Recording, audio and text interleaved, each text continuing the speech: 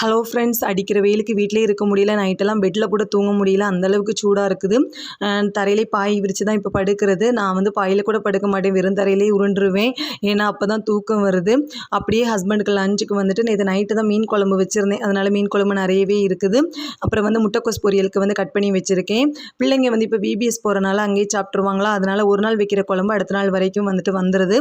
அதை வச்சு நான் சமாளிச்சுட்டு இருக்கேன். அப்புறம் பார்த்தீங்கன்னா முட்டைக்கோஸ் பொரியலுக்கு வந்து உள்ளியெல்லாம் கட் பண்ணிட்டு இருந்தேன். டிஃபனுக்கு என்னென்னு பார்த்தீங்கன்னா பூரியும் உருளைக்கிழங்கு மசாலாவும் தான் பண்ணியிருந்தேன்.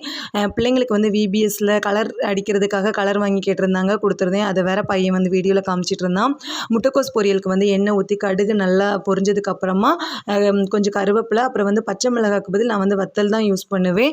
அது வந்து 2 பிச்சு போட்டிருக்கேன். அப்புறம் கட் பண்ணி வச்சுக்கூடிய வெங்காயத்தை போட்டு நல்லா வதக்கிட்டு கழுவி வச்சிருக்கூடிய முட்டைக்கோஸை வந்து நம்ம வந்து புழிஞ்சு அப்படியே வந்து போட்டுற வேண்டியதுதான். அப்படியே மூடி வச்சிடணும். நான் வந்துட்டு தண்ணி ஊற்ற மாட்டேன். அந்த ஆவிலே அப்பப்போ கிண்டி கிண்டி விட்டுருவேன். அது வந்து நல்லாவே வெந்ததுக்கப்புறமா தேங்காய் வந்து போட்டு அதை இறக்கிற வேண்டியது தான்.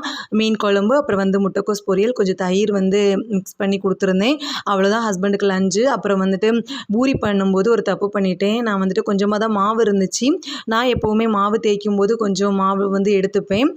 இன்றைக்கி வந்து அது ஞாபகம் இல்லாமல் அவ்வளோ மாவையுமே தட்டி வந்து விரசிட்டேன். அதுக்கப்புறம் எப்படி பூரி போடுறது அப்படின்ட்டு யோசிச்சுட்டே இருந்தேன். அப்புறம் வந்துட்டு எண்ணெயில் சில பேர் மிக்ஸ் பண்ணி போடுவாங்களா, லைட்டாக எண்ணெய் தடவி அந்த மாதிரி போட்டேன். பூரியெல்லாம் ஒரு ஷேப்பில் வந்துருந்துச்சு. ஆனால் டேஸ்ட்டு நல்லா தான் இருந்துச்சு. வேறு வழி இல்லை, அதனால் இப்படியே வந்துட்டு பண்ணி சாப்பிட்டாச்சு. இப்படி பிடிச்சினா லைக் பண்ணுங்கள். ஹலோ ஃப்ரெண்ட்ஸ், அடிக்கிற வெயிலுக்கு வீட்டிலே இருக்க முடியல. நைட்டெல்லாம் பெட்டில் கூட தூங்க முடியல, அந்தளவுக்கு சூடாக இருக்குது. தரையிலே பாய் விரித்து தான் இப்போ படுக்கிறது. நான் வந்து பாயில் கூட படுக்க மாட்டேன், வெறும் தரையிலே உருண்டுருவேன். ஏன்னா அப்போ தான் தூக்கம் வருது. அப்படியே ஹஸ்பண்டுக்கு லஞ்சுக்கு வந்துட்டு நேற்று நைட்டு தான் மீன் குழம்பு வச்சுருந்தேன். அதனால் மீன் குழம்பு நிறையவே இருக்குது. அப்புறம் வந்து முட்டைக்கோஸ் பொரியலுக்கு வந்து கட் பண்ணி வச்சுருக்கேன். பிள்ளைங்க வந்து இப்போ பிபிஎஸ் போகிறனால அங்கேயே சாப்பிட்ருவாங்களா, அதனால் ஒரு நாள் வைக்கிற குழம்பு அடுத்த நாள் வரைக்கும் வந்துட்டு வந்துடுது. அதை வச்சு நான் சமாளிச்சுட்டு இருக்கேன். அப்புறம் பார்த்தீங்கன்னா முட்டைக்கோஸ் பொரியலுக்கு வந்து உள்ளியெல்லாம் கட் பண்ணிட்டு இருந்தேன். டிஃபனுக்கு என்னென்னு பார்த்தீங்கன்னா பூரியும் உருளைக்கிழங்கு மசாலாவும் தான் பண்ணியிருந்தேன்.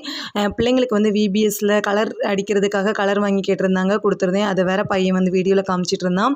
முட்டைக்கோஸ் பொரியலுக்கு வந்து எண்ணெய் ஊற்றி கடுகு நல்லா பொரிஞ்சதுக்கு அப்புறமா கொஞ்சம் கருவேப்பிலை, அப்புறம் வந்து பச்சை மிளகாய்க்கு பதில் நான் வந்து வத்தல் தான் யூஸ் பண்ணுவேன். அது வந்து 2 பிச்சு போட்டிருக்கேன். அப்புறம் கட் பண்ணி வச்சுக்கூடிய வெங்காயத்தை போட்டு நல்லா வதக்கிட்டு கழுவி வச்சிருக்கூடிய முட்டைக்கோஸை வந்து நம்ம வந்து புழிஞ்சு அப்படியே வந்து போட்டுற வேண்டியது தான்.